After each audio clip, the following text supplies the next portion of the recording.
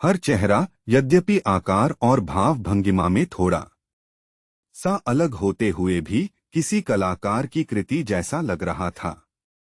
प्रत्येक का अपना ही अलग आकर्षण था, लेकिन सबसे बड़ी बात यह थी कि उनके चेहरों, व्यवहार और आचरण से जो गुण प्रकट हो रहा था वह था उनकी बुद्धिमत्ता।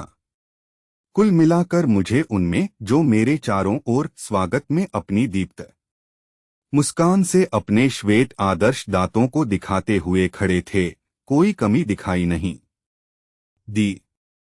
उनके शारीरिक सौंदर्य ने मुझे अचंभित नहीं किया, क्योंकि ताओ मुझे उनकी कोशिका के पुनर्निर्माण की क्षमता के विषय में पहले ही बता चुकी थी। इसलिए कोई कारण नहीं था कि ये भव्य शरीर कभी बूढ़े होते। क्या हम उनके कार्य में बाधा उत्पन्न कर रहे हैं? मैंने ब्यास्त्रा से पूछा, जो मेरे पास खड़ी थी। नहीं नहीं, उसने तत्परता से कहा। इस शहर में अधिकतर लोग अवकाश मना रहे हैं। यहाँ लोग आत्मध्यान के लिए भी आते हैं। 3 वयोवृद्ध आगे आए और ताओ ने मुझे उनसे ऊंची आवाज में फ्रेंच भाषा में बात करने के लिए कहा, जिससे सब लोग सुन सकें। मेरे ख्याल से मैंने उनसे कहा, मुझे आप सब से मिलकर और आपके अद्भुत ग्रह की प्रशंसा करने में बहुत खुशी हो रही है।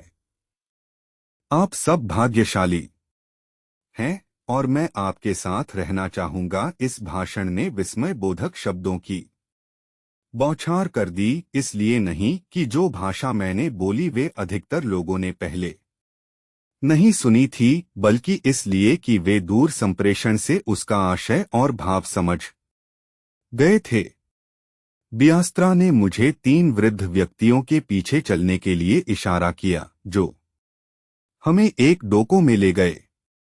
जब हम सातों आराम से बैठ गए तब ताओ ने कहा, मिशेल, मैं आपका परिचय लतिनूजी से करवाना चाहूंगी। उसने 3 में से एक की तरफ अपना हाथ बढ़ाया और मैंने सिर झुकाकर उनका अभिवादन किया। लतिनूजी करीब आपके 14,000 वर्ष पहले पृथ्वी पर मू द्वीप के अंतिम राजा थे। मैं समझा नहीं, आप समझना नहीं चाहते मिशेल, और इस विशेष क्षण में आपने पृथ्वी वासियों से मेल खा रहे हैं। मैं परेशान दिख रहा होऊंगा क्योंकि ताओ, ब्यास्त्रा और लटोली जोर से हंस रहे थे। ऐसे मत देखो मिशेल, मैं हल्का सा झटका दे रही थी आपको। अब लतिनूजी की उपस्थिति में मैं एक ऐसे रहस्य से पर्दा उठाने जा रही हूं जिसने आपके ग्रह के बड़े बड़े विद्वानों को भ्रमित कर रखा है, जो, और अधिक कहूं तो, अपना कीमती समय इससे अधिक महत्वपूर्ण खोजों में लगाते तो बेहतर होता।